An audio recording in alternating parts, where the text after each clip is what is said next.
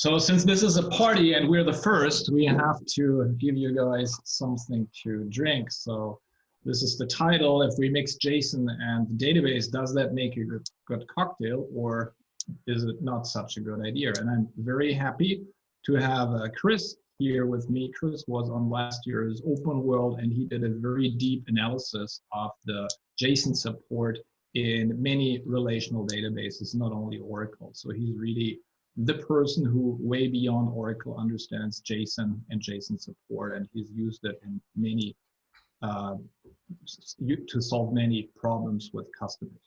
So yeah, let's jump to our first slide. We don't expect you to understand what JSON is up front, so we're going to give you a very brief introduction. So think of JSON as a serialized representation of an object state.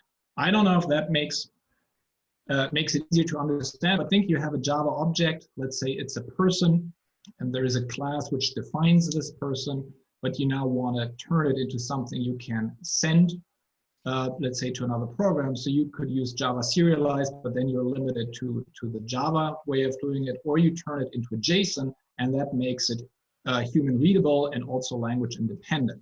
So JSON is built by these key value pairs. So you see there is a first name and a colon, and it says John. This basically means the string value John is associated with a key first name. And then you see on the left side of the colon, there are always strings, phone number or state or examples. And on the right side, you could have strings. Those are enclosed in double quotes. But if you look at age, you see that this 25 is not a double quote, but it's a number 25. So just by the syntax of the double quotes that are missing, you can see that this is not a string, but a number value. Then there is a Boolean values false or true and null. And you build this structure by nesting what is called these objects or arrays. So the entire thing is one JSON object, and you can see that because it starts with these curly brackets.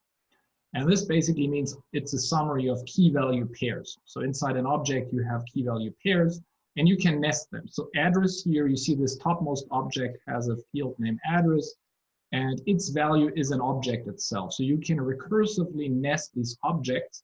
And if you need a list or an enumeration, that's what a JSON array is for. You see here there is a key called phone numbers, and its value starts with this square bracket, and this means this is where a list begins.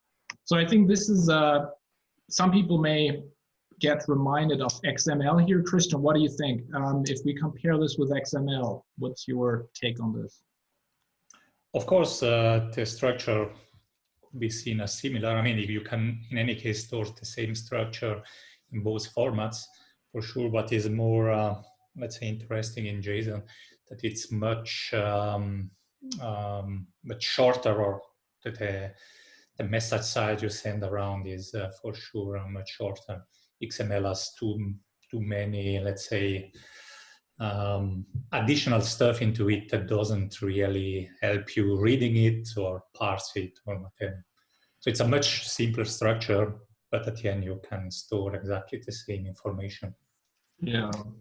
What I like about JSON a bit more than XML is that these syntax tells you what it is. So if we look at phone numbers, these square brackets tells us that this is really a list. So even if we had only one phone number, we would know that multiple phone numbers were possible, versus in XML, there was no such syntactical markup which indicated a list.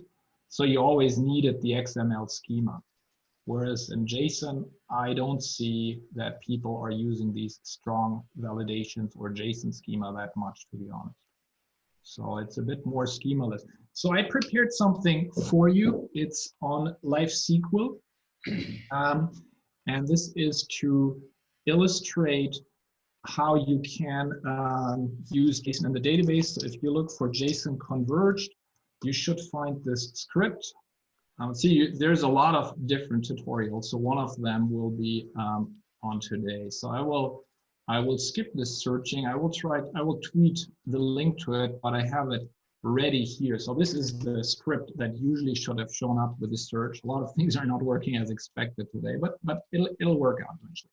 So here I'm using a simple relational table. It has a number column and it has a date column. And the third column is a varchar column where I want to store my JSON data. And in order to reject any data that is not JSON, I add this isJSON check-on script.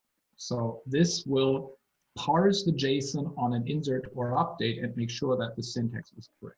And the nice thing about JSON is that you find a lot of public data sets. So I found this data set on earthquakes. And this is, you can get various earthquakes, and these are significant earthquakes, I believe, in the last week or in the last days. So you see that it follows the structure. It's an object, and inside it has other objects. And here we see this array, and this is every individual object. There's one field here, it's called count. Just remember this for a second. Its value is 11. And that probably means that we have 11 entries here. And each of these entries itself, it's an object, it has a place. So this was an earthquake in Papua New Guinea, and the magnitude is 6.3. And then inside, we also have this field called geometry, and it looks that inside here, we have a three-dimensional coordinate. So this is relatively long. We're not going into all the details of this. I'm just inserting it. So this row got inserted, and then I'm able to just query it using normal SQL.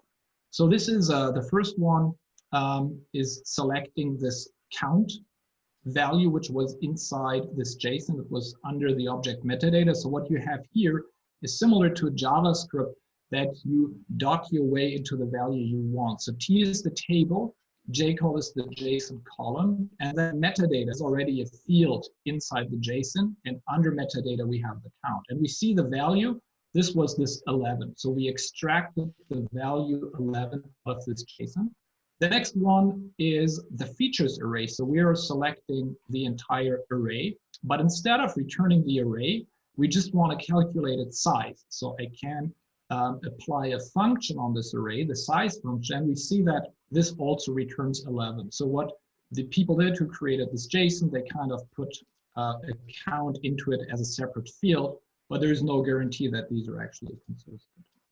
And then the third select, I go into this properties, into this features array, and I go to every earthquake, every property, and select the magnitude. And now this will select 11 different values. And in order to return this, it turns it into a JSON array. So you see this is a JSON array, which has 11 numeric values for the magnitude each. So this would make hard to search for, let's say, magnitudes greater than 4 or less than 7, because this is one big value. So in order to turn that into individual values, we use JSON Table. So let's look at this query here. I'm now using JSON Table in the from clause of the query. I am turning, or I'm using JSON as a row source. Now this is what we call a path expression in the SQL JSON language. I go to my features array, and then here this wildcard means iterate over each item in the array. And then I want the following columns to project it out. The ID, this is the ID of the earthquake. The geometry, and this was the JSON we saw there. So this is why I put format JSON here, because this is a JSON value itself. And then I am going to this nested properties object, and I want to project out the columns for the magnitude, the place, and tsunami. I guess this is whether tsunami was possible or not. And now we see that this single JSON row gave us 11 rows, and now we are able to just select on the magnitude or have a word cloud on the magnitude, because this is now, each of them is a separate column value. So now what I'm doing now is I'm using the exact same query almost and use it to create a view. So create a view, quick view, same statement. The only difference here is now this geometry, I'm not selecting as JSON, but I say this is an SDO geometry type. This is Oracle's spatial type. And not going deep into spatial, I'm just showing a little example that this is also possible. And now I want to do a describe, so I'm selecting now all my columns in the view.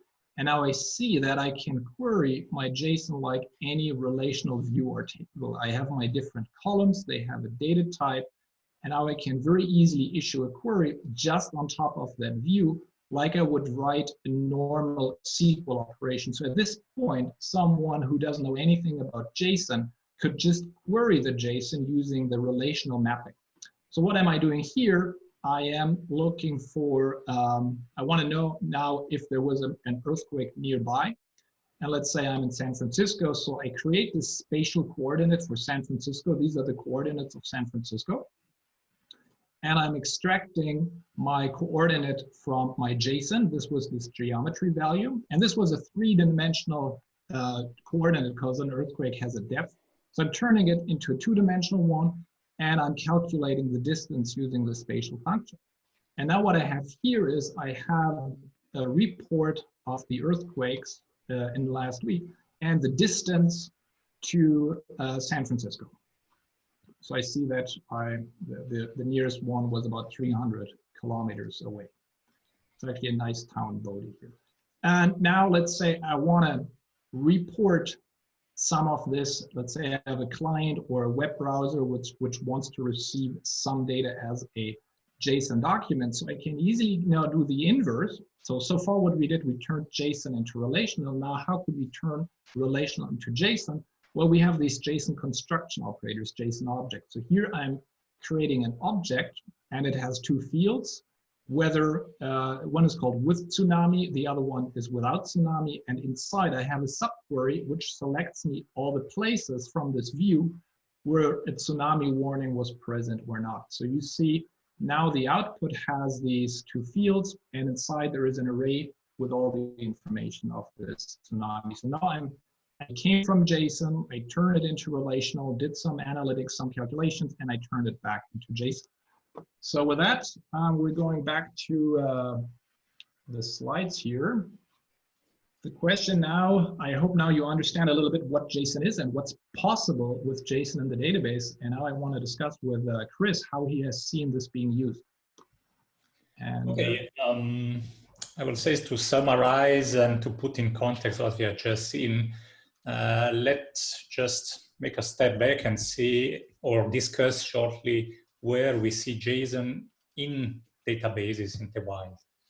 And here I will say there are four major use cases. The first one is to export data in JSON format. So you have a database engine, stores data in whatever format, could be relational, could be something else. And your job is to do an export of this data to make it available to somebody else, or maybe to put it in an archive where you want the data to be readable by everyone, like the set of data that Beda just used in his demonstration. Okay, so exporting data from a database engine is something quite common. Here I would say there are two additional, let's say, sub-cases to mention. The first one, you have to export the data in a predefined JSON schema. So the structure of the JSON is very well defined, and you have to, let's say, during your export, apply these rules. Or from the other side, you can also say, instead of using a CSV file or something else, just let's do a plain kind of export where basically every row in your, for example, relational table is stored as a line in a file. And why you might want to do that instead of CSV is simply because in JSON you have some advantages when it goes with encoding, escaping, and this kind of stuff. So the format is well defined, and you later on have a number of tools that can read it. If you export the data, of course, at some point you have to also to import it. So it might be in a different database engine or the same, it doesn't matter. But the point is really, you have a JSON, like, again, you have seen in Beda's demonstration, and you have to somehow make it, make this data available to a database engine. And so the import is the next step. And during the import, of course, again, you can either convert it to a relational schema, or maybe store it directly in JSON or in another format, it doesn't matter. But I would say the first two are export, import, would say these are quite common situation to see. For example, in one case I was involved in this area, we had to export few hundreds million rows from a database engine to make it available in another one. It was a perfect case where if the functionality are already included in the database, you can do it kind of easily and having also good performance. Okay. Okay, in addition to export imports, we can also talk shortly about when you store data in a database engine. Here I will say there are two kind of different use cases. The first one is that you have a relational store and you want to just extend it to support additional information, but not in a relational format. And the two cases here that are quite common is, on the one end, you have an extensible schema. So you don't know in advance really what you will store in the database. So you cannot define one column per piece of information you're expecting to store. So it's good to have one or several JSON columns to store this kind of stuff. And the second one is to handle a high number of sparse columns. For example, in Oracle database, the maximum is to have 1,000 columns. And if you have, for example, 2,000, how you can do it? Of course, you can always vertical partition your tables, but it's a lot of stuff you have to handle yourself. And in addition, it might not be that good because you spend too much storage to store few bytes of information.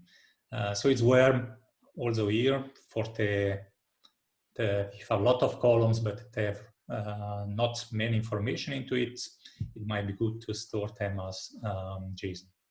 I think Beda has a customer case in this area.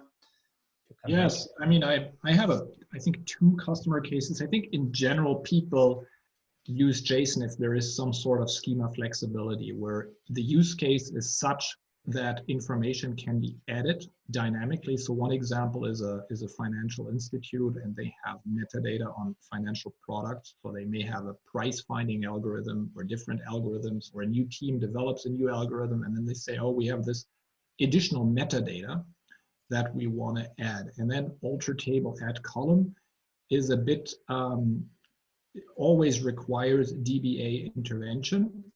And in this particular case, we had over 1,600 attributes. So you would even run into some limitations, and you would be storing a lot of null values if you store that relationally.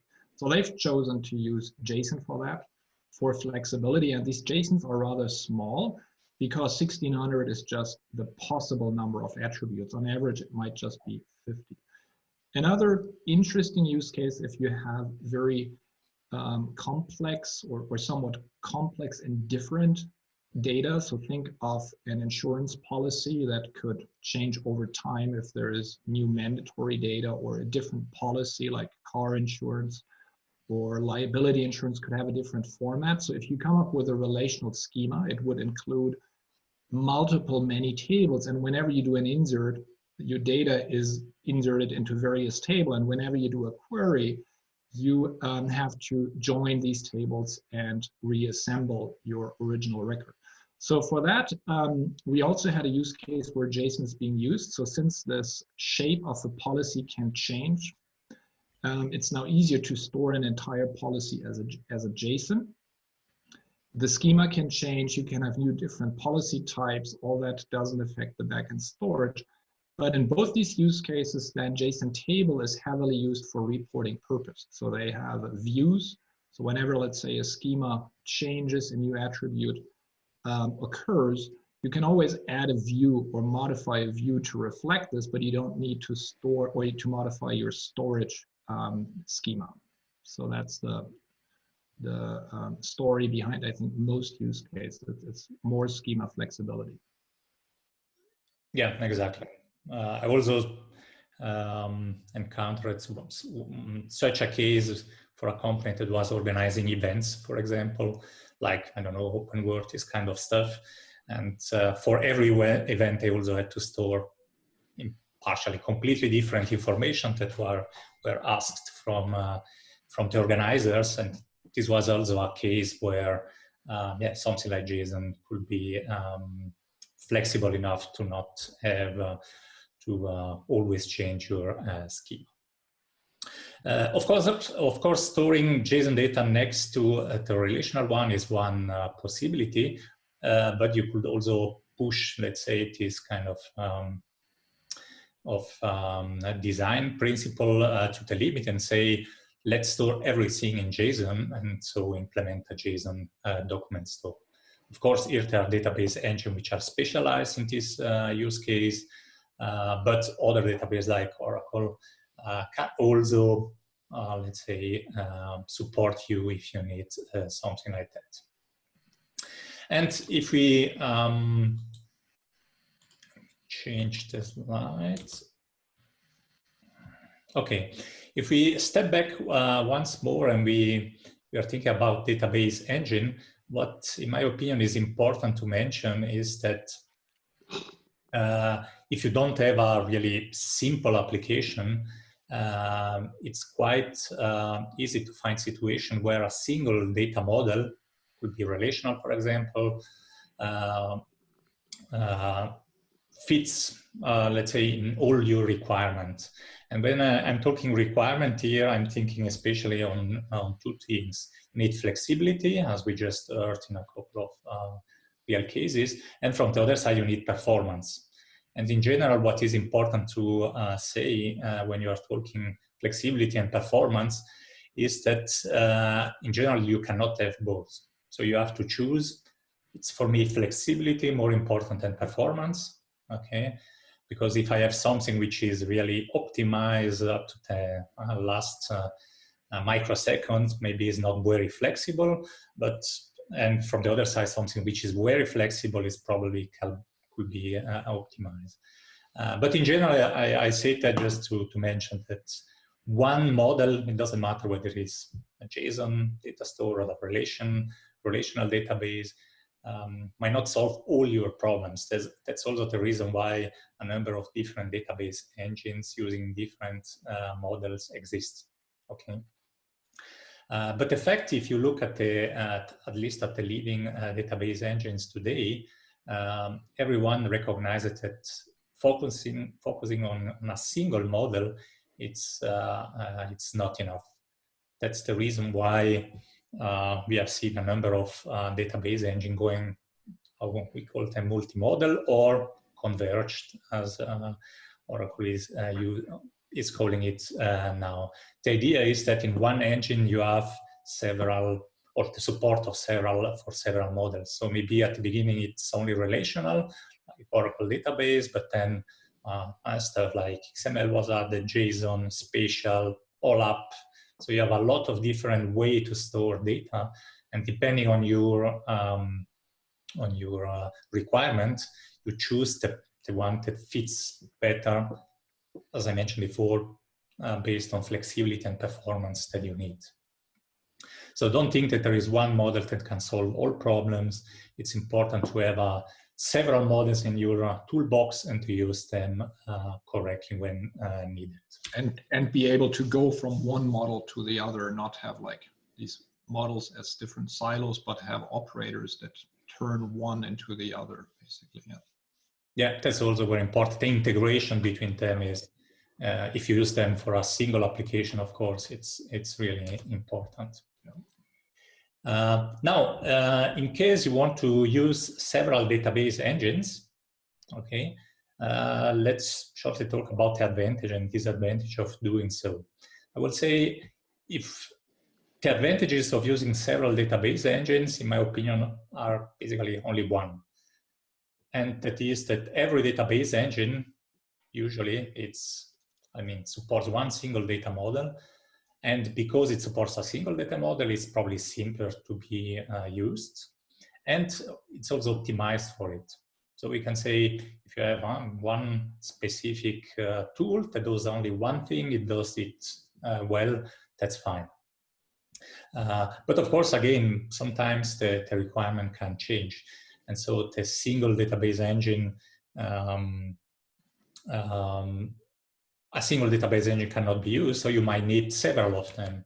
Now, if you introduce several database engines, in general, you introduce a number of challenges.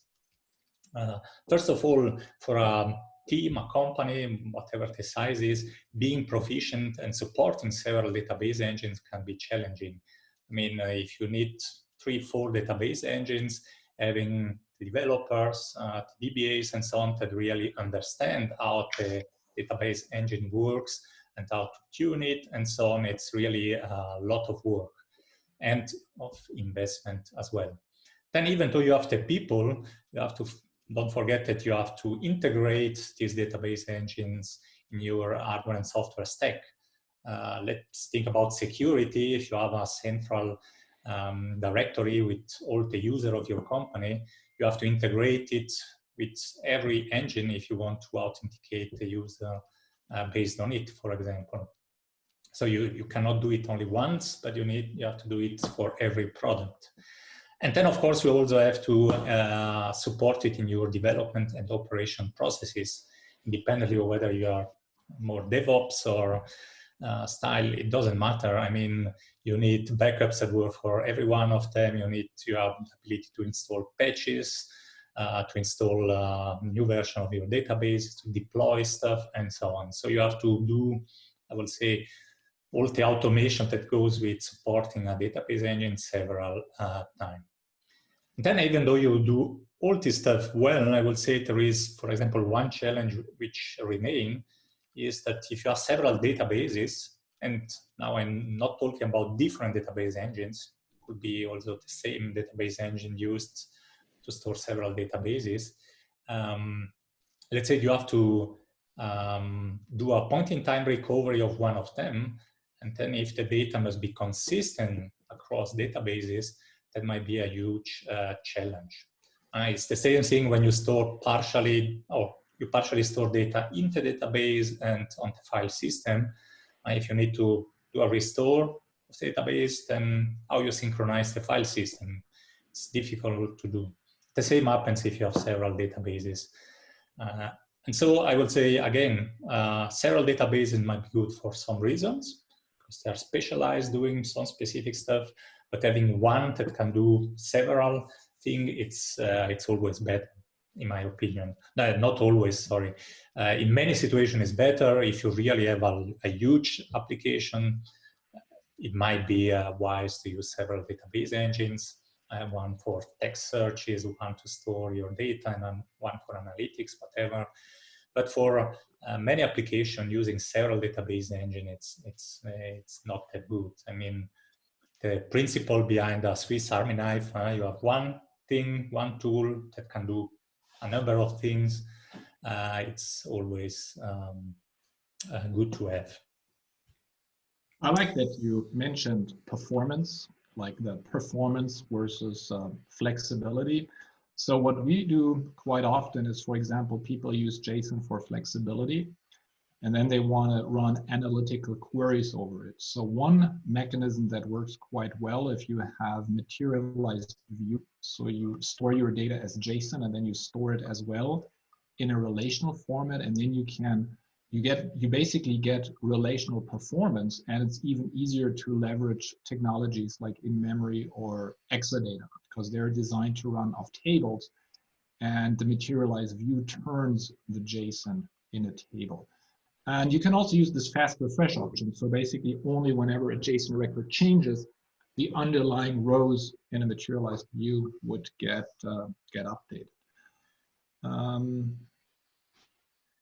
I had prepared something, and I already saw a question on the chat about some person mentioned MongoDB here.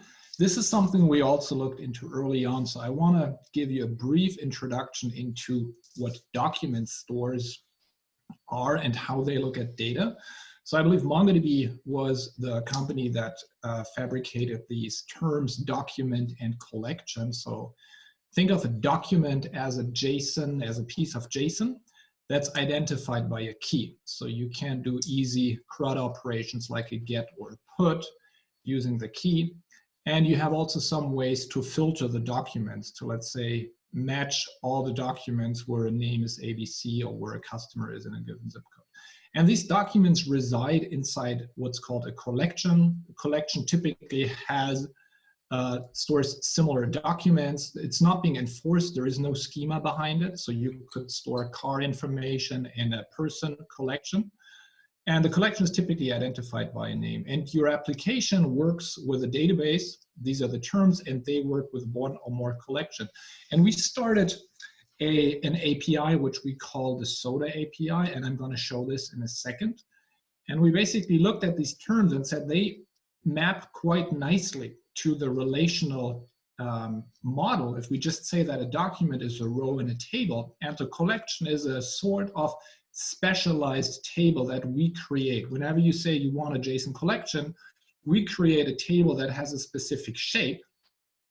And that's what we see at the bottom. It's basically it's a table that has 5 columns. One is the key for the key value operations. Then you have your JSON column, which stores the document. And then there is metadata. When is this document? When was it created? When was it modified? And what is the version? So you can, if you run a cache on top of the database, you can compare these versions and you know that a cache entry is still valid. And I want to show you that in a little Node.js demo here. It's called Beda's Bottle. So think of a little application that stores your inventory of wines. So I see some information about a wine. I could just show the JSON that is backing this. So I have this record. We could also add a new wine. Let's say this is Converged grapes, and it's a Merlot, and we bought it for $9. We bought 2 bottles, and where does it come from? Well, it's made in the home office. So this is now, instead of mapping all these fields to relational columns, we map now the entire record to a JSON. This is the JSON that that's being generated. And we're looking at the code in a second. But what happened is that this got inserted and the database generated this key for us. So we see it now in our list. And if I do the show JSON, I see that this key got associated. Now I could also use a filter expression here. So I could say which are all my wines, which are Merlots. And the query for this is like this here. I hope this works. Type Merlot, and if we filter it, we see that only these rows satisfy the filter criteria. I could also use ends and or. This is a query language that some of you might find very familiar, because this is the way I believe a lot of NoSQL products like MongoDB express their queries. And now let's look at the code here. How does this work under the cover? So I have my normal Node.js application. It's using the Express framework here. So this is really standard Node.js code. And I have, exactly, and when we started, this is the start where we start the application. And you see here, we're getting the connection to the database. We're getting our SODA handler. So SODA stands for Simple Oracle Document Access. This is this document store interface to the Oracle database. We are creating our collection. I'm calling it My Wines. And this under the cover will create a table, as we will see in a second. So now how do these operations work? So first of all, I didn't have to write any create table statement here. This happened under the cover. And now if I want to insert a document, it's this operation. This is the insert one and get. And what's called the review, this is the JSON document I just showed a second ago.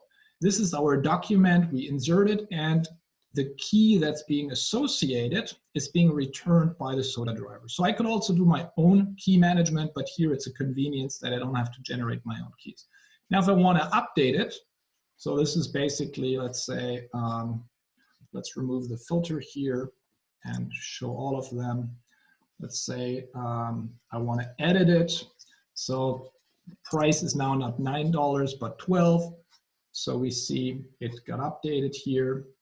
And if we look back at our code, we're finding the document based on the key, and then we're replacing it. So this is the one line to do an update here. We don't have to write any SQL.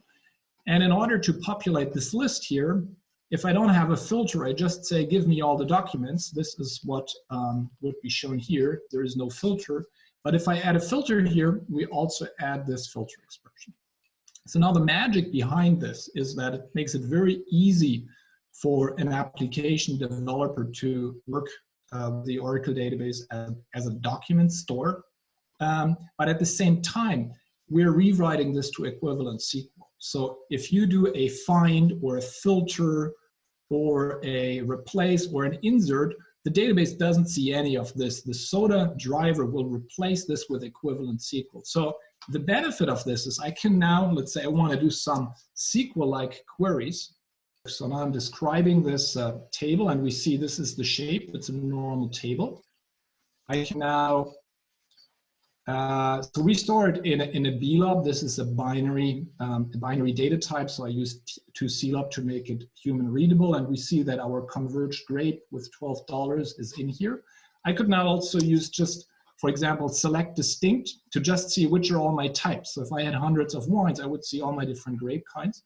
Or I can do some analytics saying, well, what are the names? What is the price per unit? And then use SQL to do some calculations like multiplying the price per bottle with the number of bottles I have and order it by. Or I could even generate new data saying like, I want to have a UI, for example, which prints all my names. So I need a JSON record, which just has the name of these wine bottles. So I just use a SQL constructor that constructs an array, and I see this. So the point here, the message is that it is possible using such layer on top of the database to code like you had a NoSQL store. So basically this API, it's a convenience. If you want to code like that, you can do it using an API.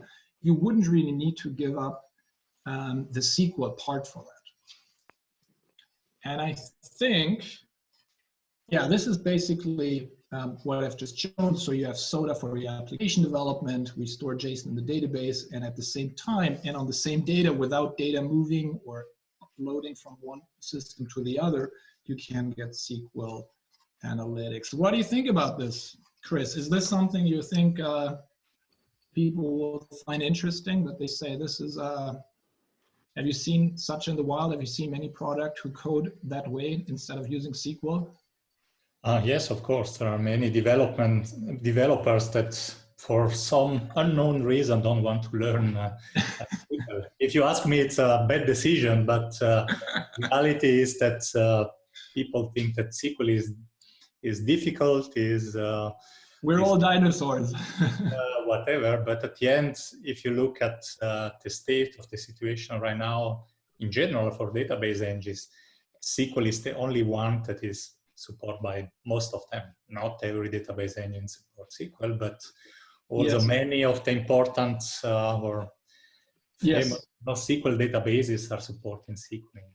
So and that's important to have other interfaces, as you showed. Yeah. Because sometimes it's required.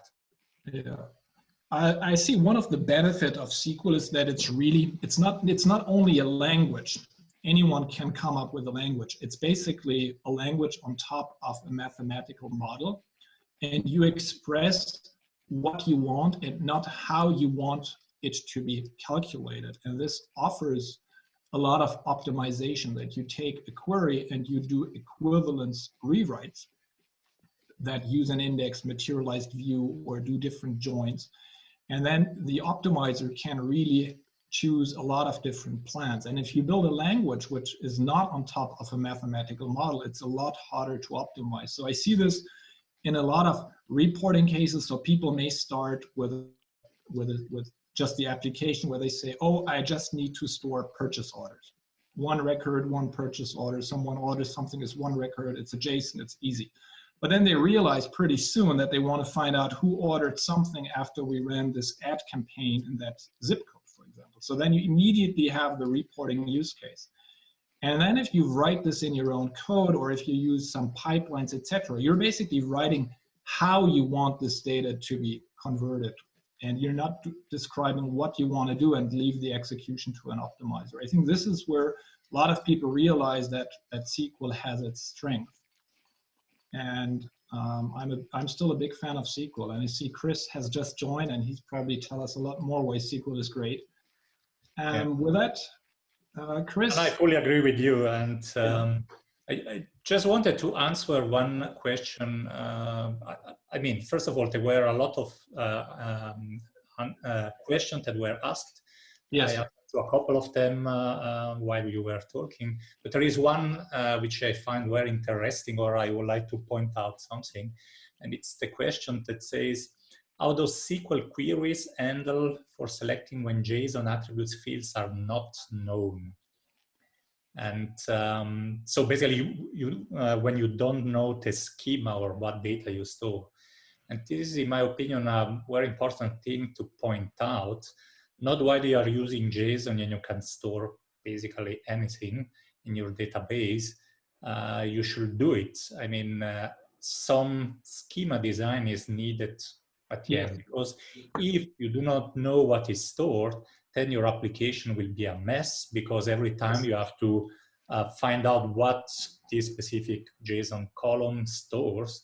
And talking about flexibility and performance, it will be flexible, but totally as a perform totally badly. And so it's very important, not because you're using JSON, that design should not be done. You must know the data you store in your database. Yes. Otherwise, you will always have a schema. There is schema-less is basically a lie. You may not have a central formally defined schema, but your application code may then have implicitly have the schema in its code. And if you're reading and writing from multiple applications, you may change the schema, aka the code in one application, and the other application may not make sense of it. We did actually something I didn't present here. It's called the JSON Data Guide, which derives a schema or calculates a schema from your existing JSON data. It's kind of turning the development process on its head. So in the relational world, you start with ER diagrams, attributes, cardinalities, then you normalize it, you turn it into table, and then you insert, then you do a create table, and then your data comes in. JSON is a bit the inverse, where your data is first, but then instead of saying there is no schema, we coded this JSON data guide, which generates you the schema that you can then use, for example, to create relational views or to get notified when the schema changes. So that's a DBA tool if he wants to make sure that developers are not stashing in credit card numbers, social security numbers into the JSON. They can create this data guide, which then monitors the JSON and notifies the DBA if bad things happen, for example. Thank you, Beda and Chris. I want to thank everybody for joining us today. Thank you. This was great. And yeah, I think we should mention that there is a lab here. So if you're interested in this, there are quizzes. If you go to the session page, there are, I think, a few questions on JSON where you can show that you've learned a bit. There is also a lab, and there are various scripts on Live SQL.